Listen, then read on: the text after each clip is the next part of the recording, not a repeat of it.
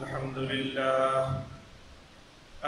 لله نحمده ونستعينه ونستغفره ونؤمن به ونتوكل عليه ونشهد أن لا إله إلا الله وحده لا شريك له ونشهد أن سيدنا ومولانا محمدا عبده ورسوله صلى الله تعالى عليه وعلى آله وأصحابه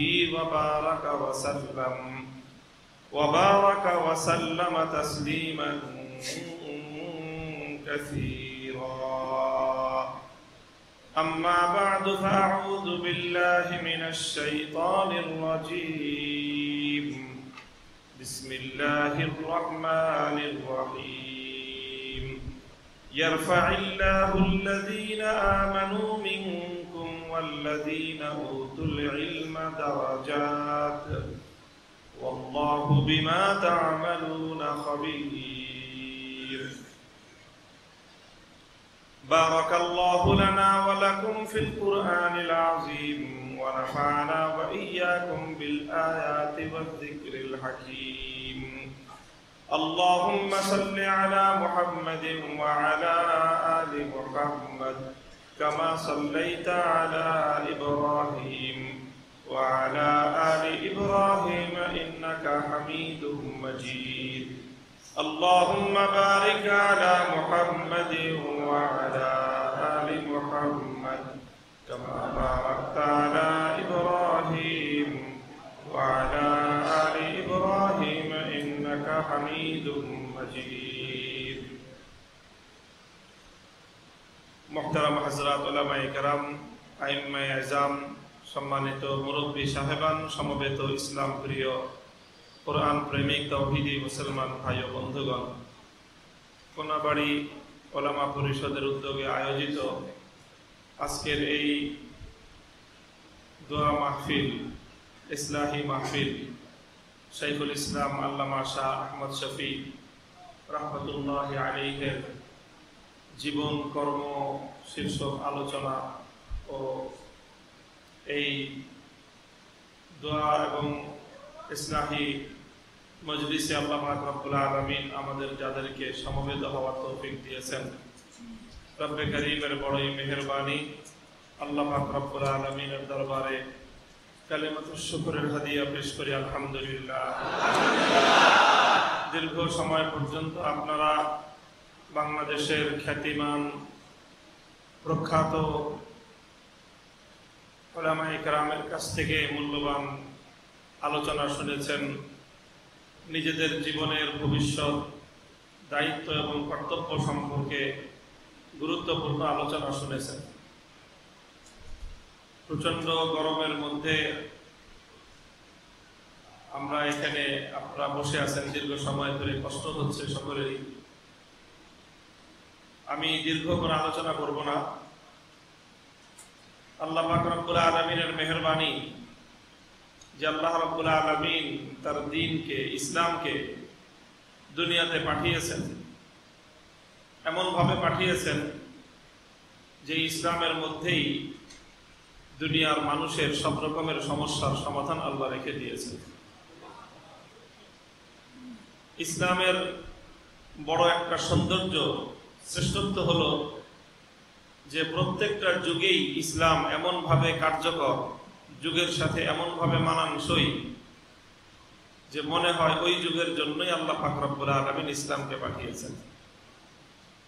ইসলামের মধ্যে আল্লাহ পাক রব্বুল আলামিন এই ধারা অব্যাহত রেখে দিয়েছেন। মূল নীতিগুলো কোরআন এবং সুন্নাহর মধ্যে আল্লাহ এবং তার রাসূল বলে দিয়েছেন।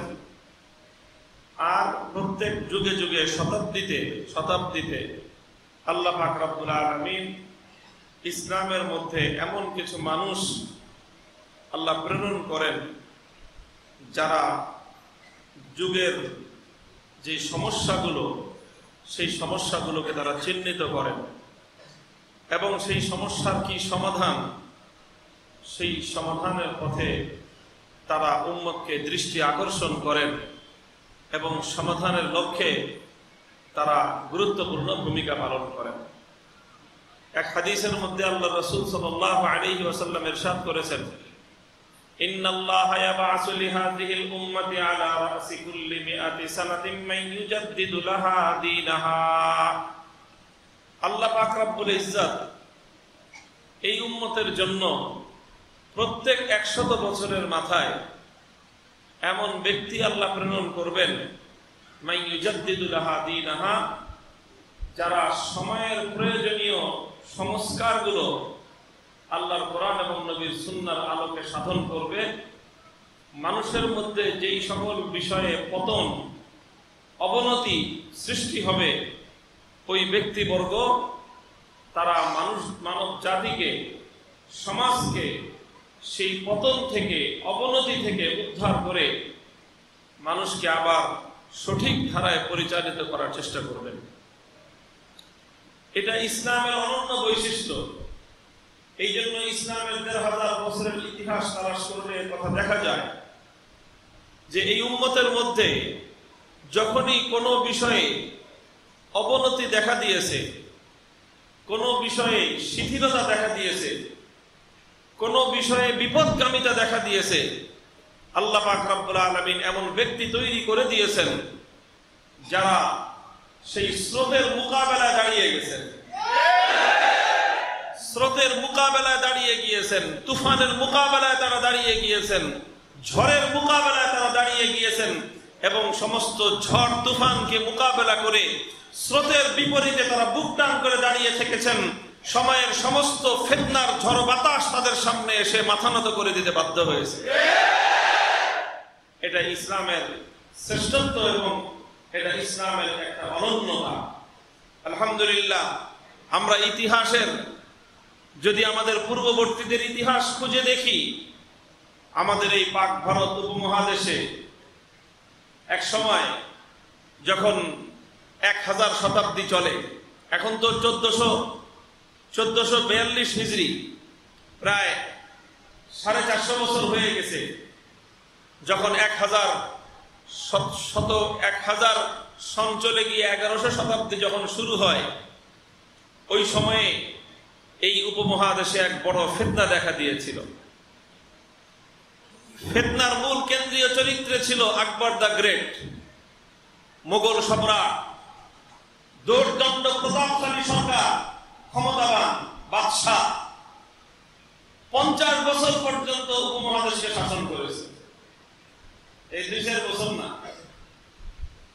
আমরা তো এখন আপনার এই 12-13 বছরেই মনে করতেছি যাবো কবে। অনেকে বিরক্ত হয়ে গেছে, যাক না, অসুবিধে কি? এরকম 50 বছরও মানুষ শাসন করেছে, 60 বছর শাসন করেছে এই উপমহাদেশ। বাদশাহ আলমগীর, জাহাঙ্গীর সবাই দীর্ঘ সময় পর্যন্ত শাসন করেছে। আর সম্রাট আকবর 50 বছরের বেশি সময় শাসন করেছে উপমহাদেশ। সে শাসনকালীন সময়ে সে চিন্তা করলো যে নিজের ক্ষমতাকে কিভাবে পাকাপোক্ত করা যায়। ক্ষমতাটাকে পাকাপোক্ত করবার জন্য আকবর চিন্তা করলো যে আমার এই দেশে 2 জাতি বসবাস করে, হিন্দু জাতি আর মুসলিম জাতি। কাজেই এই দোনো সম্প্রদায়কে আমার হাতে রাখতে হবে। দোনো সম্প্রদায়কে হাতে রাখবার জন্য সে 2 ধর্মের 2 জনকে বিয়ে করলো। নাউজুবিল্লাহ। তার ঘরের মধ্যে, বাড়ির মধ্যে এক জায়গায় মন্দির, আরেক জায়গায় মসজিদ। একবেলা পূজা করে, আরেক বেলা নামাজ পড়ে। এরপরে এগুলো কিছুদিন নিজে ব্যক্তিগতভাবে করে তারপরে চিন্তা করলো যে নতুন একটা ধর্ম সে তৈরি করবে। হিন্দু এবং ইসলাম ধর্ম ডায়ালগ সাইল একসাথে মিলায়ে একটা খিচুড়ি ধর্ম সে বানাইল। ধর্মটার নাম দিল দ্বীন-এ ইলাহি, নতুন এক ধর্ম। বাদশাহ আকবর 50 বছরের মোগল সম্রাট, যার ক্ষমতার সামনে দাঁড়িয়ে মাথা উঁচু করে কথা বলবার মতো কোনো মানুষ ছিল না। এইরকম দুর্দণ্ড প্রতাপের সাথে একটা নতুন ফিতনা এই জাতির উপর আগমন করেছিল এবং সেই ফিতনার মাধ্যমে সে দেশের মানুষের হাজারো ইমানদারদের ইমান হরণ করবার পায়তারা করেছিল। অনেকে ভয় পেয়ে গিয়েছিল, মনে হয় এই অঞ্চলে আর ইসলাম টিকে থাকবে না। কিন্তু আলহামদুলিল্লাহ আকবরের ফিতনা, দ্বীন এলাহি, ইসলামকে ধ্বংস করে নতুন ধর্ম প্রবর্তন করবার তার যে অপতৎপরতা ছিল, আল্লাহ পাক রব্বুল আলামিন একজন দরবেশ, এক সুফি সাহেব শেখ আহমদ সিরহিন্দি রহমতুল্লাহি আলাইহি, তাকে আল্লাহ পাক রব্বুল আলামিন তৈরি করে দিলেন বাদশাহ আকবরের দ্বীন এলাহি নামক এই ফিতনাকে মোকাবেলা করবার জন্য। তিনি দাঁড়ায় গেলেন, সিনা টান করে দাঁড়ায় গেলেন। তিনি বিভিন্ন কৌশলে, হিকমতে বাদশাকে বোঝাবার চেষ্টা করলেন যে তোমার এই বিপজ্জনক পথ থেকে তুমি ফিরে আসো। ক্ষমতা রক্ষা করবার জন্য, নিজের গদি টিকাবার জন্য শুধুমাত্র তুমি চিন্তা করতেছো যে দুই ধর্মের খিচুড়ি বানায় ধর্মের মানুষের তুমি সমর্থন চাও। তুমি তোমার আদর্শের উপর টিকে থাকো। যারা নিজেদের আদর্শের উপর টিকে থাকে তাদেরকে বিপক্ষ দলের মানুষও শ্রদ্ধা করে, সম্মান করে। এটা মনে রাখবেন, ইতিহাস এটা, এবং এটা পৃথিবীর বাস্তবতা।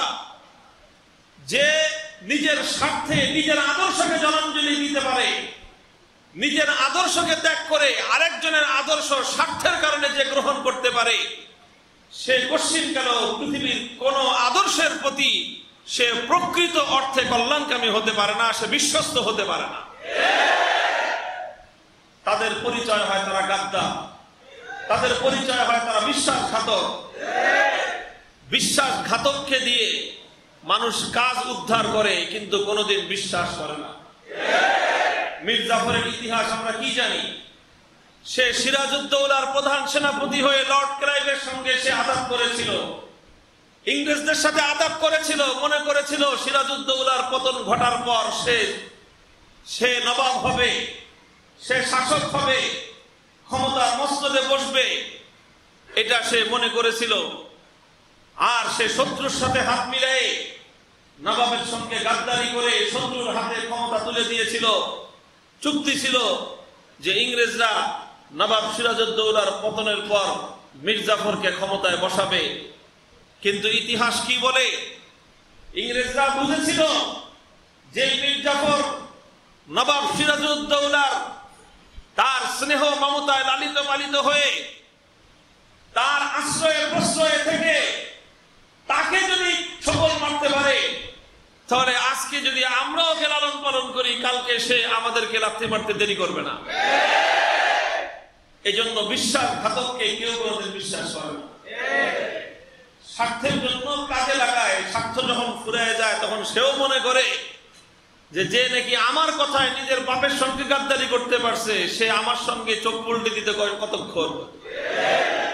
এই জন্য খবরদার, কোন সময় কেউ নিজের ব্যক্তিগত স্বার্থের কারণে নিজের আদর্শের সঙ্গে গাদ্দারি করবেন না। বলতেছিলাম, শেখ আহমদ সিরহিন্দি মুজাদ্দিদ আল-ফিসানি রহমতুল্লাহি আলাইহি বাদশাহ আকবরকে বুঝাইলেন যে ক্ষমতার প্রয়োজন, আর এই ক্ষমতার জন্য, ক্ষমতার মোহে অন্ধ হয়ে তুমি তোমার নিজের হাজার বছরের পিতৃপুরুষদের ঐতিহ্যকে ছেড়ে দিয়ে, কোরআন হাদিসের আদর্শ ছেড়ে দিয়ে তুমি হিন্দু আর ইসলাম ধর্ম মিলাই নতুন এক জগা খিচুড়ি মার্কা বাতিল ধর্মের প্রবর্তন করতেছো। এটা তোমাকে শেষ রক্ষা করতে পারবে না, এটার দ্বারা তোমার ক্ষমতা রক্ষা হবে না। তুমি তোমার আদর্শ ইসলামকে আঁকড়ে ধরো, ইনশাআল্লাহ ইসলাম তোমাকে পৃথিবীতেও সম্মানিত করবে, পরকালেও সম্মানিত করবে। আলহামদুলিল্লাহ, শেখ আহমদ সিরহিন্দি মুজাদ্দিদ আল-ফিসানি রাহমাতুল্লাহি আলাইহির সেই চেষ্টা বৃথা যায় নাই, বৃথা যায় নাই।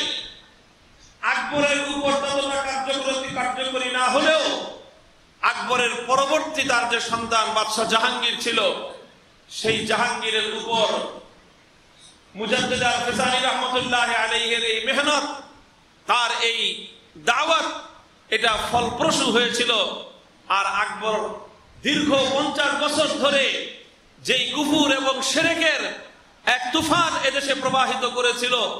মুজাদ্দিদ আল ফিসানি রহমতুল্লাহ আলাইহি তিনি এবং তার শিষ্য, তার ভক্ত হয়ে গিয়েছিল পরবর্তী বাদশাহ জাহাঙ্গীর, এবং সেই বাদশাহ জাহাঙ্গীরের মাধ্যমে সূচনা হয়েছিল সেই ফিতনার মোকাবেলায়। জাহাঙ্গীরের পরে যখন বাদশাহ আওরঙ্গজেব আলমগীর রহমতুল্লাহ আলাইহি ক্ষমতার মসনদে বসলেন, তখন আল্লাহ পাক রব্বুল আলামিন আকবরের ঘরে আলমগীর, বাদশাহ জাহাঙ্গীর আকবরের সন্তান, তার সন্তান আওরঙ্গজেব আলমগীর, সেই আলমগীর তিনি সময়ের শ্রেষ্ঠ বুজুর্গ ছিলেন। কোনদিন তাহাজ্জুদের নামাজ কাজা হয়েছে বলে জানা যায় না। নিজের হাতে উপার্জন করে কামাই করতেন, নিজের হাতে উপার্জিত কামাই দিয়ে জীবন ধারণ করতেন। মোগল সম্রাট ছিলেন আওরঙ্গজেব আলমগীর রহমতুল্লাহ আলাইহি। সম্রাট থাকা অবস্থায়, বাদশা থাকা অবস্থায় তিনি রাষ্ট্রীয় কোষাগার থেকে নিজের ব্যক্তিগত কাজে কোনো পয়সা খরচ করতেন না, নিজে উপার্জন করতেন। তার হাতের লেখা খুব সুন্দর ছিল বাদশাহ আলমগীরের, খুশখত, খুব সুন্দর হস্তলিপি শিল্পী ছিলেন তিনি। নিজের হাতে কোরআন শরীফ লিখতেন। সেই কোরআন শরীফ বাদশার লেখা, চমৎকার সুন্দর। তখন তো প্রেস ছিল না, ছাপানো ছিল না কোরআন। কোরআনে পাক মানুষ হাতে লিখে লিখেই পড়তো। তো ওনার হাতে লিখিত এই কোরআন তিনি বিক্রি করতেন। আর এইভাবে নিজ হাতে লিখিত লেখা শিল্পীর মাধ্যমে, নিজের হস্তশিল্পের মাধ্যমে, নিজের হাতে লিখে কোরআনে পাক তৈরি করে সেই মুসহাফগুলো বিক্রি করে উপার্জনের সেই পয়সা দিয়ে নিজের ব্যক্তিগত এবং সাংসারিক প্রয়োজন তিনি পূরণ করতেন।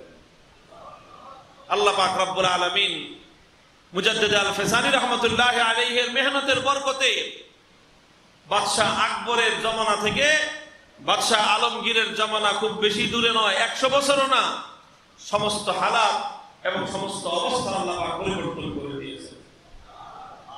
আলহামদুলিল্লাহ, এটাই হলো উম্মতের উলামায়ে কেরামের মেহনত। যুগে যুগে আল্লাহ পাক রব্বুল আলামিন তার বান্দাদের মধ্যে এমন আলেম আল্লাহ তৈরি করে দেন যারা সময়ের বাতাসের গতি পরিবর্তন করে দেন। বাতাসের গতি ছিল বাদশাহ আকবরের দ্বীনে ইলাহির দিকে, বাতাসের গতি ছিল আকবরের যুগে কুফর আর শিরকের দিকে। আল্লাহর এক বান্দা মুজাদ্দিদ আল ফিসানির মেহনতের বরকতে সেই বাতাসের বেগ পরিবর্তন হয়ে আওরঙ্গজেব আলমগীরের যুগে গোটা ভারত মহাদেশ জুড়ে, ভারত উপমহাদেশ জুড়ে ইসলামের ঝান্ডা সমুন্নত হয়েছিল।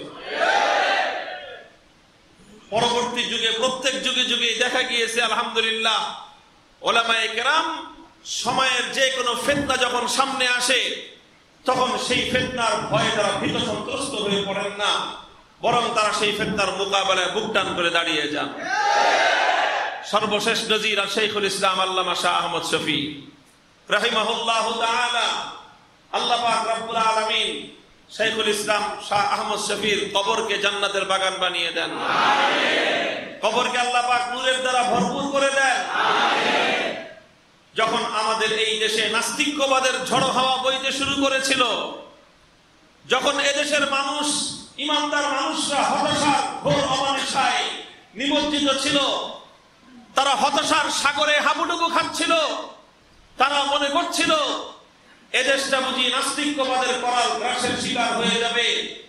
তারা আতঙ্কগ্রস্ত হয়ে পড়েছিল দেশকে নিয়ে, মনে করেছিল সম্ভবত এই দেশে সামনের দিনে হিন্দুয়ানি সংস্কৃতি, ইসলামী সভ্যতার সংস্কৃতির জায়গা দখল করে নিবে।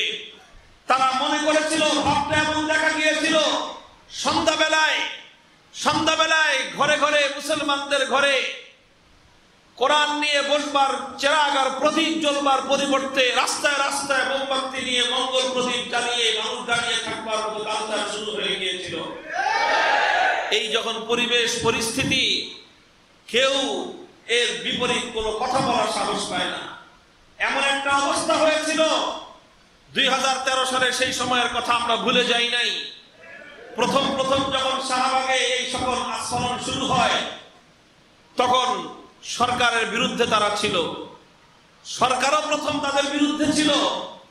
এই সকল বখাটে ছেলে মেয়েদেরকে সরকার প্রথম প্রশ্রয় দিতে চায় নাই, কিন্তু তারা এমন একটা পরিবেশ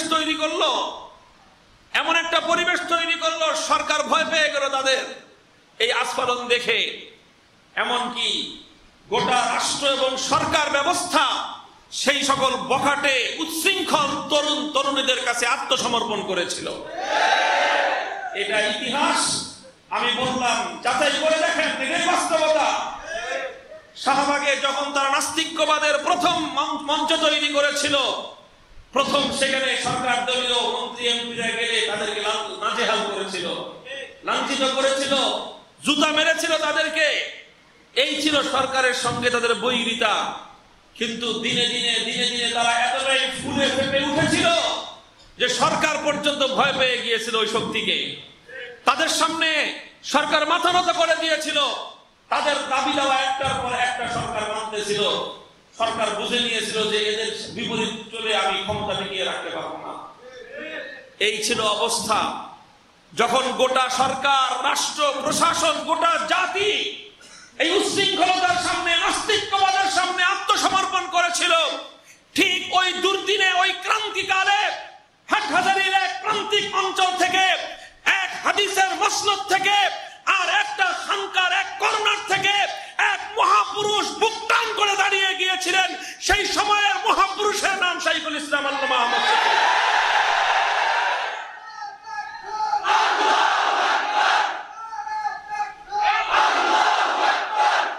আলহামদুলিল্লাহ, তিনি দাঁড়িয়ে গিয়েছিলেন, ভয় পান নাই।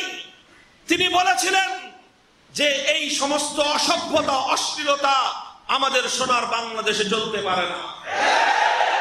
রাত 12টা 1টার সময় একটা মেয়ে, বনেদি পরিবারের মেয়েদেরও অশালীন ভাবে উগ্র পোশাক পরিধান করে ঘরের বাইরে যাওয়ার অনুমতি এই জমিনে, এই সমাজে কোশ্চিনকালেও ছিল না। এটা হলো আমাদের দেশের হাজার বছরের ইতিহাস, হাজার বছরের ঐতিহ্য বাংলাদেশের। এটা এখন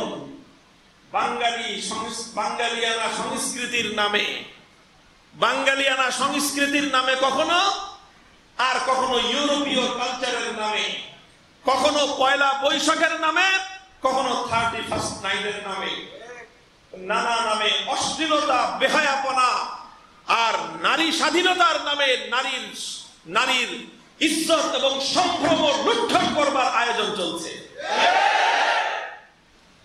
নারীর সম্ভ্রম লুণ্ঠন করবার আয়োজন এইভাবে চলছিল যখন কাজগুলো। শাহবাগে রাত 3টার সময় দেখা যায় এক মেয়ে স্লোগান তুলতেছে, তার সঙ্গে শত শত যুবক তার চতুর্পাশ দিয়ে নাচতেছে। এরকম পরিবেশ, এর বিরুদ্ধে কথা বলবার মতো কেউ ছিল না। আল্লাহ পাক রব্বুল আলামিন যুগের এই আজিমুশ শান তাজদীদের জন্য শাইখুল ইসলাম আল্লামা আহমদ শফীকে আল্লাহ কবুল করেছিলেন। তিনি মাথা তুলে দাঁড়িয়েছিলেন, বলেছিলেন যে আমাদের এই সমাজে, আমাদের এই দেশে এই অসভ্যতার, বেহায়াপনার স্থান থাকতে পারে না। তুমি মেয়ে মানুষ, তুমি রাত 3টার সময় ঘরের বাইরে আসো, তোমার বড় ভাই কোথায়? তোমার সাথে তোমার বাবা কোথায়? বিবাহিত হয়ে থাকলে তোমার স্বামী কোথায়? বুড়ো হয়ে থাকলে, বৃদ্ধা হয়ে থাকলে সন্তান কোথায়?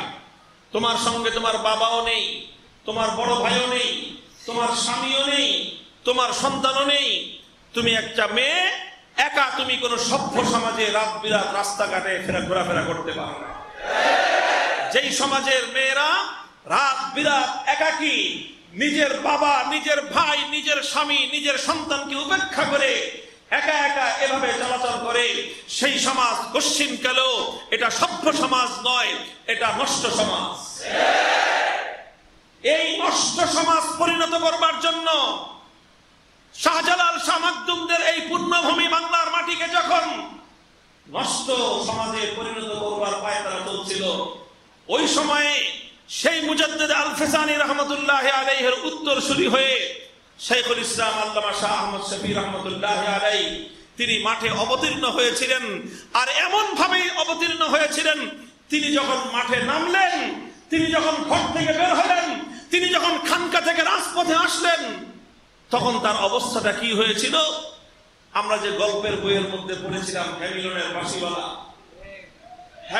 বাঁশিওয়ালা, তার পিছনে গোটা জাতি যেভাবে ছুটেছিল, শাইখুল ইসলাম আল্লামা আহমদ শফী যখন ডাক দিলেন, গোটা বাংলার লক্ষ কোটি তৌহিদি জনতা শাপলা চত্বরের দিকে ছুটেছিল।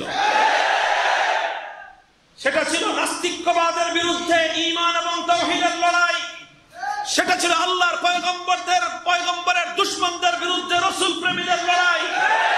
সেটা ছিল বিজাতীয় কালচারের বিরুদ্ধে বাংলাদেশের হাজার বছরের স্বাধীনতা সভ্যতা রক্ষা করবার লড়াই। আলহামদুলিল্লাহ, সেই লড়াইয়ে চূড়ান্ত বিজয়ের মালা আহমদ শফীর গলায় উঠেছিল। তিনি বিজয়ের মালা পরেই দুনিয়া থেকে বিদায় নিয়েছেন। কথা বলেন ঠিক? মুহতারাম হাজিরিন, কথা বেশি না, শেষ আমার কথা। আল্লামা আহমদ শফী রহমতুল্লাহ আলাইহি জীবন সায়ান্নে দুটি বিষয়ের উপর খুব গুরুত্ব দিয়েছেন। দুটি বিষয়ের উপর আমাদের সমকালীন অন্যান্য বুজুর্গরাও দুই বিষয়ের উপর তাদের শেষ জীবনে অনেক গুরুত্ব দিয়েছেন। হাফিজ জি হুজুর রহমতুল্লাহ আলাইহি ওই গুরুত্ব দিয়েছিলেন, আল্লামা আহমদ শফী ওই গুরুত্ব দিয়ে গেছেন। শাইখুল হাদিস আল্লামা আজিজুল হক নফরাল্লাহু মারকাদাহু তিনিও শেষ জীবনে প্রত্যেকটা মাহফিলে প্রত্যেকটা জায়গায় জায়গায় এই কথা বলতেন। সেটা হলো এই, নিজের সন্তানদেরকে কোরআনী শিক্ষার ব্যবস্থা করো, কোরআনী শিক্ষার ব্যবস্থা করো। হযরত হাফিজ জি হুজুর রহমতুল্লাহ আলাইহির স্বপ্ন ছিল এদেশে ৬৮,০০০ গ্রাম, প্রতিটি গ্রামে অন্তত একটি করে যেন আল্লাহর কোরআনের বক্তব্য হয়। তিনি মেহনত শুরু করেছিলেন। হাফিজ জি হুজুর রহমতুল্লাহ আলাইহির সেই স্বপ্নের বদৌলতে এবং সেই স্বপ্নের বরকতে বাংলাদেশে কোরআনী শিক্ষার দুটি ধারা জন্ম নিয়েছিল। একটি ধারার নাম হলো নাদিয়াতুল কোরআন, অপর ধারার নাম হলো নুরানি কোরআন। নাদিয়াতুল কোরআন আর নুরানি তালিমুল কোরআন, এটা হযরত হাফিজ জি হুজুর রহমতুল্লাহ আলাইহির আল্লাহর কোরআনী শিক্ষাকে ব্যাপকতর করবার স্বপ্নের ফসল। মুহতারাম হাজিরিন, হযরত হাফিজ জি হুজুর রহমতুল্লাহ আলাইহি স্বপ্ন দেখেছিলেন, পরিকল্পনা গ্রহণ করেছিলেন, আমার এই বাংলাদেশে যেন এমন একটা গ্রাম অবশিষ্ট না থাকে যেই গ্রামের মধ্যে আল্লাহর কোরআনের নুরানি বক্তব্য নাই। এমন কোন গ্রাম যেন অবশিষ্ট না থাকে যেই গ্রামের মধ্যে কোরআনী শিক্ষার প্রাণ কেন্দ্র নাই। হাফিজ জি হুজুর দুনিয়া থেকে বিদায় নিয়ে গেছেন, তার মিশন থেমে নাই। ইনশাআল্লাহ সুম্মা ইনশাআল্লাহ আমার বাংলাদেশে এখন ৬৮,০০০ গ্রাম নয়, ৮৮,০০০ গ্রাম, বরং গ্রামের সংখ্যা আরো বেড়েছে। এবং ইনশাআল্লাহ আমরা স্বপ্ন দেখতেছি বাংলাদেশে যদি ১ লক্ষ গ্রাম হয়, অচিরেই ১ লক্ষ কোরআনের মক্তব বাংলার প্রত্যেকটি গ্রামে তৈরি হবে। কি বলেন, কথা ঠিক কিনা? অনেকে আশঙ্কা বোধ করে যে যেই হারে মাদ্রাসা বাড়তেছে, আগামী দিনে মাদ্রাসা শিক্ষার হার কমানোর জন্য নাকি তারা আন্দোলন করবে, সংগ্রাম করবে। এরকম কথাবার্তা অনেকে বলে যে মাদ্রাসা শিক্ষার হার কি হয়ে যাচ্ছে, বেড়ে যাচ্ছে। এই জন্য কি করবে, মাদ্রাসা শিক্ষার হার কমানোর জন্য আন্দোলনে নামবে। কি বলেন, ওরারা মাদ্রাসা শিক্ষা কোরআনী শিক্ষার পার্সেন্টেজ কমানোর জন্য মাঠে নামবে, আর আমরা মুখে আঙ্গুল দিয়ে চুষবো নাকি বলেন? শাইখুল ইসলাম আল্লামা আহমদ শফী আমাদেরকে শিক্ষা দিয়ে গেছেন। শাইখুল হাদিস রহমতুল্লাহ আলাইহি আমাদের কাছে এই আমানত রেখে গেছেন। হযরত হাফিজ জি হুজুর রহমতুল্লাহ আলাইহি আমাদেরকে শিক্ষা দিয়ে গেছেন।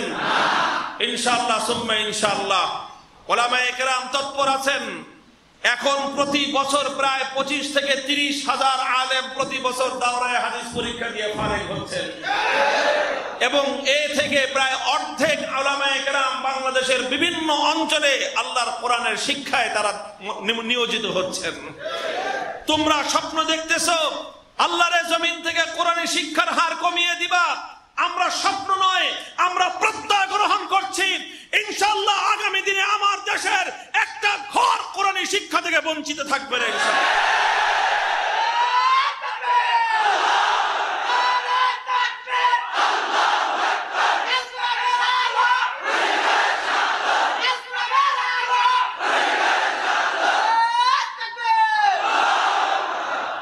মুহতারাম হাজিরিন, কোরআন শিখা শাইখুল ইসলাম রহমতুল্লাহ আলাইহি শেষ সময়ে তিনি এই কথার উপর খুব গুরুত্ব দিতেন। আরেকটা কথার উপর তিনি গুরুত্ব দিয়েছেন, সেটা হলো নারীদের নিরাপত্তার ব্যবস্থা, নারীর নিরাপত্তা ব্যবস্থা। শাইখুল ইসলাম কেন নারী জাতিকে পর্দা করতে বললেন? শাইখুল ইসলাম কেন 13 দফার মধ্যে প্রত্যেকটা সেক্টরে নারীদের জন্য নিরাপদ কর্মসংস্থানের ব্যবস্থা করতে বললেন? এটা নিয়ে এই দেশে সমালোচনা কম শুনি নাই, আমরা অনেক সমালোচনা শুনেছি, কিন্তু আজ এ কথা দিবালোকের ন্যায় পরিষ্কার।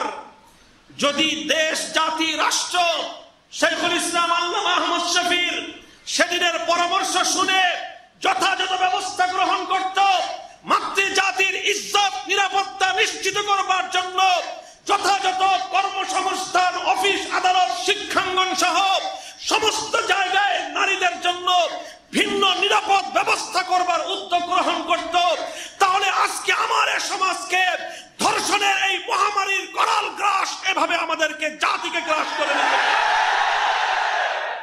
আজকে ধর্ষণ মহামারী রূপে ধারণ করেছে। ধর্ষণের যেই এক ভয়াবহ পরিস্থিতি তৈরি হয়েছে, মাত্রা বেড়েই চলছে, কোনো কিছুতে ধর্ষণের লাগাম টেনে ধরা যাচ্ছে না।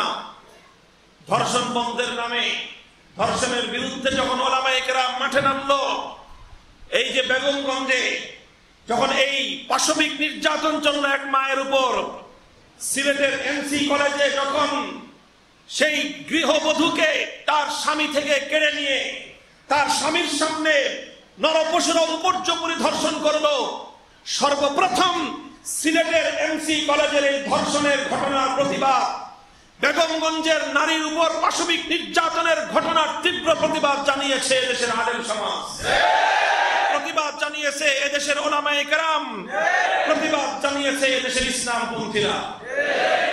গোটা দেশ যখন উত্তাল, তখন ওরা দেখলো নাস্তিক্যবাদের দোসররা যে হুজুররা তো এভাবে মাঠ দখল করে নিচ্ছে, ওরা নামলো, ওরাও এই সুরে সুর মিলাই ধর্ষণের বিরুদ্ধে মাঠে নামলো। আমরা মনে করলাম আচ্ছা ঠিক আছে, ধর্ষণের বিরুদ্ধে মাঠে নামছো, ভালো কথা, তোমার 10টা কাজ খারাপ হতে পারে, একটা ভালো কাজ করবা, নামো, আমাদের সমর্থন আছে, আমরা আমাদের জায়গা থেকে ধর্ষণের বিরুদ্ধে, তোমরা তোমাদের জায়গা থেকে ধর্ষণের বিরুদ্ধে কথা বলো। আমরা চাই এমন আইন তৈরি হোক, এমন আইন কার্যকর হোক, যাতে আর কোনো ধর্ষক, আর কোনো লম্পট, আর কোনো সন্ত্রাসী কোনো অবলারের ইজ্জত নিয়ে যেন ছিনিমিনি খেলবার সাহস না পায়। ও মা, তাদেরকে আমরা বাহবা জানাইলাম, সাধুবাদ জানালাম যে মাঠে নামো তোমরাও। 2 দিন 3 দিন যাওয়ার পরে দেখি আস্তে আস্তে তাদের থলের ভিতর থেকে কালো বিড়াল বের হয়ে আসতেছে। এখন ওরা বলা শুরু করছে যে এই যে শাহবাগে গিয়ে ছেলে মেয়ে ঘষাঘষি ডলাডলি করতেছে, ধর্ষণের বিরুদ্ধে প্রতিবাদ, ধর্ষণের বিরুদ্ধে প্রতিবাদ। বেগানা একটা মেয়েকে আরেক ছেলে জড়াজড়ি করে ধর্ষণের বিরুদ্ধে প্রতিবাদ করতেছে। এটা কি ধর্ষণের বিরুদ্ধে প্রতিবাদ, না আরো নতুন করে উচ্ছৃঙ্খল যুবক এবং তরুণদেরকে ধর্ষণের উস্কানি দিচ্ছে?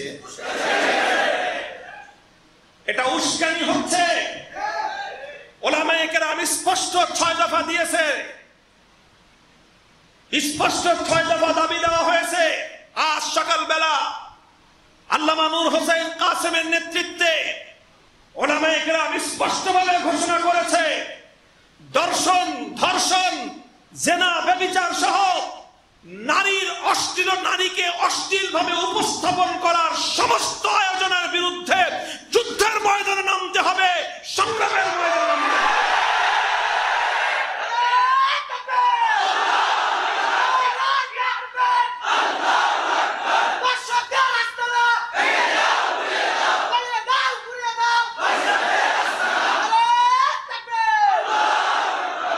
ছোট্ট একটা প্রশ্নের জবাব দেই। তারা শুধু একই কথা বলতেছে যে ইচ্ছাপূর্বক যদি কেউ অবৈধ মেলামেশা করে তাহলে কোনো আপত্তি নাই। আমরা বলতেছি ধর্ষণ চিরতরে বন্ধ করবার জন্য ইসলামী অনুশাসনের কোনো বিকল্প নেই। ধর্ষণের প্রবণতা যদি রোধ করতে হয়, তাহলে নারী এবং পুরুষের অবাধ মেলামেশার মধ্যে আস্তে আস্তে সীমাবদ্ধতা আনতে হবে। নারী সমাজে অশ্লীল এবং ব্যবসার পণ্য হিসেবে নারীদের ব্যবহার বন্ধ করতে হবে। নারীদেরকে অশ্লীল ভাবে যারা উপস্থাপন করে তারাই মাতৃজাতির কলঙ্ক করে। যারা গাড়ি বিক্রি করবে, গাড়ি, প্রিমিয় গাড়ি অথবা জিপ গাড়ি, মাইক্রোবাস, তারা গাড়ি এটাকে অ্যাডভার্টাইজ দেয়। তো গাড়ির অ্যাডভার্টাইজের মধ্যে উলঙ্গ 4টা নারী দাঁড় করা যায়। আচ্ছা, বুঝলাম না এই গাড়ির অ্যাডভার্টাইজমেন্টের সাথে নারীর কি সম্পর্ক? ব্লেডের অ্যাডভার্টাইজ, ব্লেড দিয়ে কেউ চুল কাটে, কেউ শেভ করে, জায়েজ না জায়েজ পরের কথা গেলাম। যাই হোক, ব্লেড দিয়ে পুরুষরা যারা সুন্নত মোতাবেক আমল করতে এখনো প্রস্তুত হয় নাই তারা শেভ করে। এখানে মেয়ে মানুষের অপশনটা কোথায়? এখানে মেয়ে মানুষের সুতি কোথায়, মানে অপশন কোথায়? ব্লেডের অ্যাডভার্টাইজমেন্টেও দেখা যায় 2টা ন্যাংটা মেয়ে নাচাইতেছে। এইভাবে নারীকে ব্যবসার পণ্য হিসেবে জাতির সামনে উপস্থাপন করে মাতৃজাতিকে কলঙ্কিত করা হয়।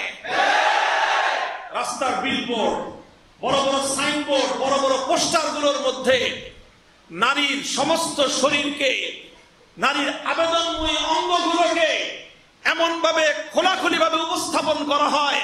সেই বিলবোর্ড দেখার পর, সেই পোস্টার দেখার পর, তারপরে সেই ইউটিউবের অ্যাডভার্টাইজ দেখার পর, তারপরে টেলিভিশন সিনেমার মধ্যে ওই নাটকে নারীদের এইভাবে অশ্লীল দৃশ্য দেখার পর একটা তরুণ আর যুবকের মধ্যে যখন উত্তেজনা তৈরি হয়, যখন তার মধ্যে যৌন উত্তেজনা সৃষ্টি হয়, তখনই এরপরের ধাপে গিয়েই সেটা ধর্ষণে পরিণত হয়। অনেকে বলে কি জানেন, বলে যে ধর্ষণ তো হয়েছে 7 বছরের মেয়েও, 5 বছরের মেয়ে, তাহলে এই মেয়েটার কি দোষ? সে কি পর্দা করবে? ইসলাম কি 5 বছরের 7 বছরের মেয়েকে পর্দা করতে বলেছে? আমরা বলি যে না, 5 বছর 7 বছরের মেয়েকে পর্দা করতে বলে না। এবং এই মেয়েটা পর্দা করে না বলে ধর্ষিতা হচ্ছে, ব্যাপারটা এমন নয়। কেউ কেউ বলে যে কোন কোন জায়গায় তো আবার বোরকাওয়ালীরাও ধর্ষণের শিকার হয়েছে। তো বোরকা পরলেই যদি নিরাপত্তা হয়, তাহলে বোরকা পরিহিতা মেয়ে, হিজাব পরিহিতা মেয়ে, সে কেন ধর্ষণের শিকার হলো? প্রশ্ন তো এই জায়গায়, তাই না? প্রশ্নের জবাব হলেই যে এই যে বোরকা পরিহিতা 7 বছরের 5 বছরের ছোট্ট মেয়ে, সে যে ধর্ষিত হচ্ছে, এটার পিছনে সে দায়ী না হলেও সমাজের অশ্লীল ব্যবস্থাপনার জন্য অনেকাংশেই দায়ী। কারণ একটা যুবক যার চরিত্রের উপর তার নিজের নিয়ন্ত্রণ নেই, একজন লম্পট চরিত্রহীন যুবকের যৌনতা তার জন্য মারাত্মক এক ধ্বংসাত্মক হাতিয়ার। এই লম্পট চরিত্রহীন যুবকের সামনে যখন একটা সিনেমার বিলবোর্ডের মধ্যে অথবা বড় নাটক সিনেমার মধ্যে অথবা পোস্টারের মাধ্যমে যৌন আবেদনময়ী নারীদের, নায়িকাদের অশ্লীল দৃশ্যগুলো যখন সে দেখে, তখন তার মধ্যে ওই যৌন শক্তিটা তার মধ্যে ভয়ঙ্কর রূপে মাথাচাড়া দিয়ে উঠতে চায়। প্রথম তো চেষ্টা করে যে যারে দেখে তার মধ্যে উত্তেজনা সৃষ্টি হয়েছে তার দ্বারাই উত্তেজনা নিবারণ করতে, কিন্তু ওই নায়িকারে তার সবাই পায় না, যেটা নাকি অশ্লীল অবস্থায়, অর্ধউলঙ্গ অবস্থায় আপনার ওই সিনেমা নাটকে অথবা বিলবোর্ডে আর ওই বিভিন্ন ইউটিউবের মধ্যে যে সমস্ত অশ্লীল মেয়েরা নিজেদেরকে এইভাবে খোলামেলা ভাবে উপস্থাপন করে যুব চরিত্রকে উত্তেজিত করে তুললো, সব যুবকরা তো ওদেরকে খুঁজে পায় না। তো এর মধ্যে তো উত্তেজনা সৃষ্টি হয়ে গেল, উত্তেজনা প্রশমন করবার মতো তো ওই নায়িকারে খুঁজে পাচ্ছে না, কিন্তু ও যে সুরসুরি দিয়ে দিছে, তারপরে গিয়ে এই যুবক, এই লম্পট, এই চরিত্রহীন ওই নায়িকাকে না পেয়ে, ওই অশ্লীল নারীকে না পেয়ে সে গিয়ে দুর্ঘটনার শিকার এবং তার আক্রমণের শিকার হচ্ছে 5 থেকে 7 বছরের ওই অবলা কন্যা। কাজেই এই যে মেয়েটা যে ধর্ষিত হলো, এই ধর্ষণের পিছনে অবশ্যই এই লম্পট যুবকই দায়ী, সন্দেহের কোনো অবকাশ নাই, শাস্তি তারই হবে। কিন্তু প্রশ্ন হলো, শুধুমাত্র সে 100% দায়ী না, 99% তার দায় হলো, 1% দায় হলো ওই অশ্লীলতা। 1% হলেও দায় হলো ওই উলঙ্গ নায়িকার, 1% হলেও দায় হলো ওই সমস্ত মানুষদের যারা নারীকে ভোগ্যপণ্য হিসেবে পুরুষদের সামনে, যুবকদের সামনে উপস্থাপন করে গোটা যুব চরিত্রকে ধ্বংস করবার পায়তারা করতেছে। মুহতারাম হাজিরিন, কাজেই শাহবাগীরা আবার সংগঠিত হচ্ছে, শাপলার সৈনিকরা আবার মুষ্টিবদ্ধ হাত উত্তোলন করবার জন্য প্রস্তুতি গ্রহণ করো। পরিষ্কার ভাষায় বলতেছি, যদি শাহবাগীরা আবার নতুন করে ইসলামের বিরুদ্ধে, ওলামায়ে কেরামের বিরুদ্ধে, ইসলামের হিজাবের বিরুদ্ধে, আলেম সমাজের ধর্মীয় আলোচনার বিরুদ্ধে কোন ষড়যন্ত্রের জাল পাতবার চেষ্টা করে, আল্লামা আহমদ শফীর সন্তানেরা আবার শাপলা চত্বরে যাবে।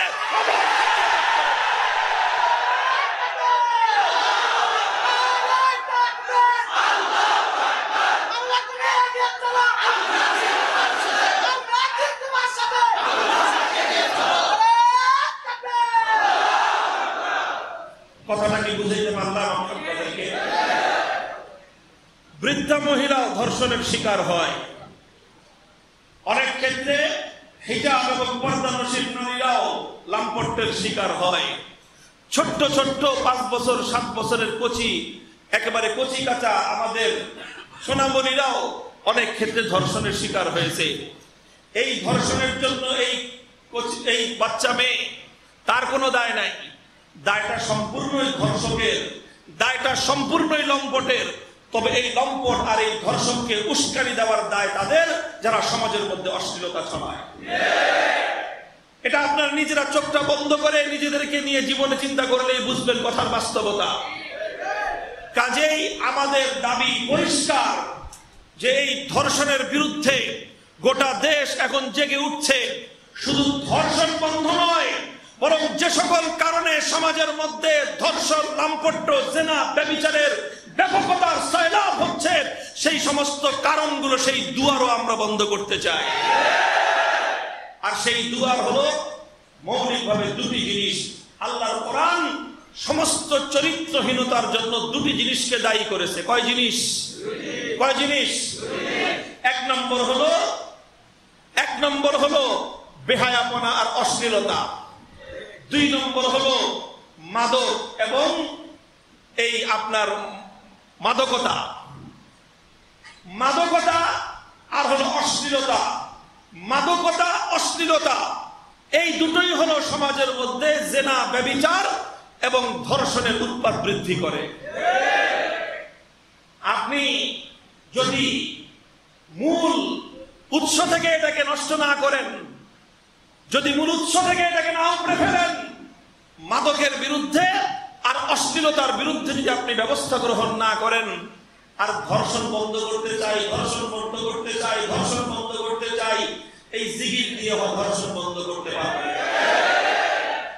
আপনি উপর দিয়ে পানি ঢালবেন, নিচে দিয়ে গাছের শেকড় কেটে ছেড়ে রাখবেন। উপর দিয়ে গাছের মধ্যে পানি ঢালবেন আর গোড়া দিয়ে শেকড় কাটবেন, সেই গাছকে কোনোদিন রক্ষা করা সম্ভব নয়।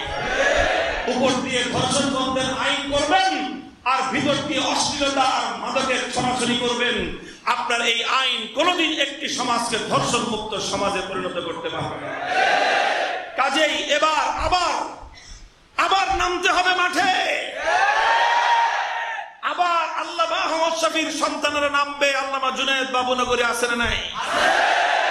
আল্লামা আহমদ শফী চলে গেছেন, কিন্তু আল্লামা আহমদ শফীর দক্ষিণ হস্ত, তার প্রধান সেনাপতি, শাপলা চত্বরে আল্লামা আহমদ শফীর পক্ষ থেকে প্রধান সেনাপতির ভূমিকা পালন করেছিলেন কে? আল্লামা জুনায়েদ বাবুনগরী। শাপলা চত্বরের গভীর রজনীতে বুলেটের মুখে বুক পেতে দিয়েছিলেন আল্লামা জুনায়েদ বাবুনগরী। আল্লামা আহমদ শফী চলে গেছেন, কিন্তু তার প্রধান সেনাপতি এখনো যায় নাই। জুনায়েদ বাবুনগরীর হাতে এখন এ জাতির নেতৃত্বের হাল। ইনশাআল্লাহ আমরা আছি সাথে, পরিষদ সাথে আছে, গোটা বাংলাদেশের আলেম সমাজ সাথে আছে, 3.5 লক্ষ মসজিদের মিম্বরটার সাথে আছে, এদেশের কোটি কোটি মুসল্লিয়ানে কেরাম তাদের সাথে আছে। অশ্লীলতা, মাদকতার বিরুদ্ধে এক যুদ্ধ শুরু করতে হবে। অশ্লীলতা যেখানে দেখবেন, যদি রাষ্ট্র এবং সরকার অশ্লীলতা বন্ধ করতে ব্যর্থ হয়, আগামী দিনে আমরা এক একটা অশ্লীলতার আখড়ার বিরুদ্ধে জনগণকে নিয়ে আমরা মাঠে নামবো। কি বলেন, কথা ঠিক না বেঠিক? আমরা